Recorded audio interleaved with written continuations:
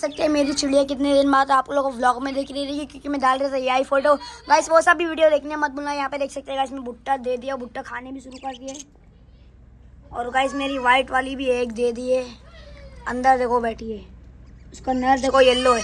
लेकिन गाइस एक डिस्टर्ब हो रहा है, देखो येलो वाले का नर तो पर्पल होने चाहिए जैसा इसका, देखो पर्पल है ना, इसका भी पर्पल। कैल्शियम ब्लॉक भी गाइस खत्म होने आ गया, ये भी पूरा चेंज करूँगा। और गाइस मैंने न्यू केज लाया, उसका दिखा दो व्लॉग। देख सकते हैं दुकान में भी वेफर सब भरा हुआ है, यहाँ पे हगी सुगी सब भरी हुई, चॉकलेट सब भरी हुई है। बचकाना है देख के। और तो उसके सामने है ना दो, हाँ वो दे दो। हाँ, हाँ, तेरा नाम क्या है? मोहम्मद अम्मार। हाँ अम्मार, जोर से बोल। अम्मार। हाँ गाइस वो वाला केज लाया हूँ मैंने ब्लैक कलर का, देख सकते हैं गाइस। ये केज मुझे पड़ेगा 600 में। यहाँ पे ब्रीडिंग डोर भी है गाइस, देख सकते हैं। इसका भी गाइस मैं पूरा इसमें बच्चे से बड़े हो जाएंगे तब उसमें डाल दूंगा गाइस।